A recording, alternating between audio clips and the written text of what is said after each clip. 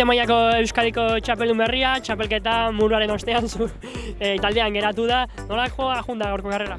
Bueno, Marin eta biok, eta batez ere oso indartxo ditu gara, eta bueno, saiatu gara esteketa apurtzen, bai goretan, bai geisten, baina bueno, saia izan da, ez dugu lortu eta eskenean sprintera llegatu gara.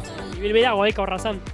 Bai, oso gogorra zen, genekien ja irtera baino lehen, baina bueno, jun gara topera, ez da apurtu, bueno, apurtu da baina ez guk nahi dugun bezala, baina bueno, ondo.